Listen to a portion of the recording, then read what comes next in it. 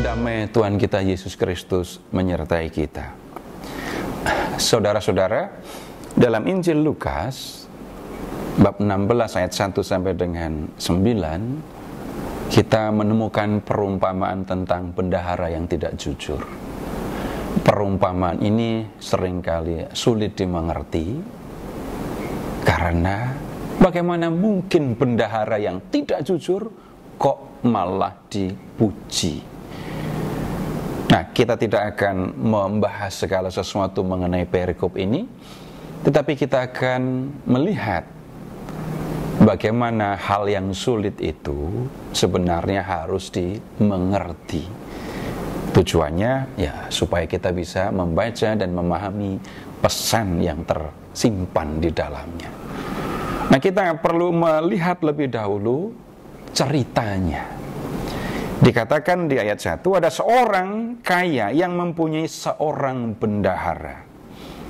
Kemudian kepada orang kaya itu disampaikan tuduhan bahwa bendaharanya itu menghamburkan miliknya. Yang kita perlu perhatikan, tidak disampaikan, tidak diceritakan di sini bagaimana bendahara itu menghamburkan milik tuannya. Jadi kalau kita membaca secara keseluruhan, kita tidak akan menemukan bagaimana dia menghamburkan miliknya. Tetapi hal itu tampaknya jelas ya untuk orang kaya itu, sehingga ia memanggil bendahara itu dan kemudian meminta pertanggungjawaban. Sesudah itu bendahara itu mendapat keputusan. Apa keputusannya? Dipecat, dan setelah dipecat dia harus meninggalkan rumah tuannya itu. Nah, setelah mendapatkan keputusan dari tuannya, bendahara itu kemudian berpikir, apakah yang harus aku perbuat? Tuanku memecat aku dari jabatan sebagai bendahara. Mencangkul, aku tidak dapat. Mengemis, aku malu. Sesudah itu, bendahara itu berpikir, apa yang harus dilakukan supaya setelah ia harus pergi dari rumah tuanya, dia punya tempat untuk tinggal, supaya ada yang menampung dia. Dan kemudian dia mengambil putusan untuk memotong hutang dari dua orang yang berhutang kepada tuannya. Yang pertama, dia memanggil seorang yang berhutang 100 tempayan minyak. Dan hutangnya itu dipotong 50% ya, sehingga hanya menjadi 50 tempayan. Kemudian ia memanggil seorang lain yang berhutang 100 pikul gandum. Nah, dia memotong hutangnya sebesar 20%, sehingga orang itu hanya berhutang 80 pikul. Nah, tentu saja dua orang ini senang karena hutangnya dikurangi. Jadi bendahara ini berbuat baik kepada dua orang ini, dengan harapan nanti sesudah dia pergi dari rumah tuanya, dua orang ini mau menampung dia. Dia punya tempat tinggal setelah harus meninggalkan rumah tuannya. Nah, ketika orang kaya itu mendengar apa yang dilakukan oleh si bendahara, ia memuji bendahara itu. Ia memuji bendahara itu karena telah bertindak dengan cerdik. Bendahara itu tidak jujur, tetapi sudah bertindak dengan cerdik.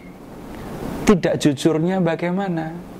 Kita hanya menemukan di ayat 1, bendahara itu menghamburkan milik tuannya. Tidak diceritakan apa yang dilakukan, tetapi dia sudah berlaku dengan cerdik. Dia memanfaatkan kesempatan yang dia miliki supaya dia mendapatkan tempat untuk tinggal nanti setelah ia dipecat. Untuk memahami hal ini, kita akan melihat satu kalimat yang ditulis dalam surat Yakobus bab 2 ayat 25. Bunyinya begini: dan bukankah demikian juga Rahab pelacur itu dibenarkan karena perbuatan-perbuatannya. Perbuatan yang mana? Kalau kita membaca hanya sampai di perbuatannya, maka kita akan mengatakan perbuatannya itu ya perbuatan sebagai pelacur. Padahal bukan itu yang dimaksudkan. Kalimatnya belum selesai. Ketika ia menyembunyikan orang-orang yang disuruh itu di dalam rumahnya, lalu menolong mereka lolos melalui jalan yang lain. Rahab pelacur itu dibenarkan karena perbuatannya. Pelacur itu dibenarkan karena perbuatannya. Kenapa?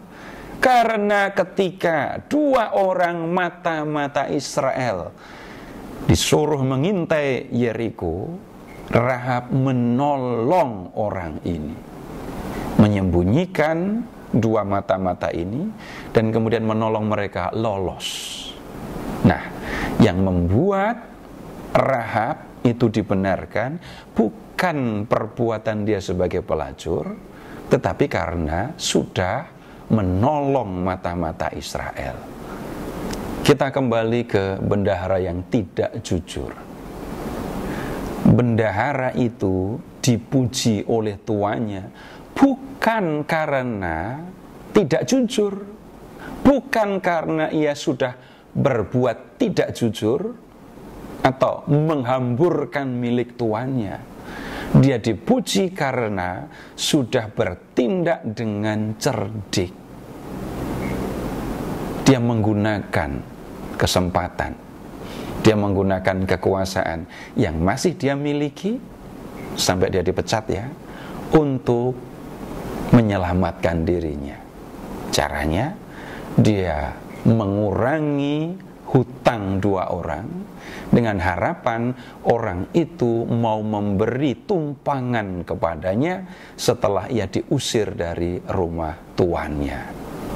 Semoga apa yang sudah kita lihat dapat menolong kita untuk mengerti firman Tuhan yang tertulis di dalam Alkitab ini.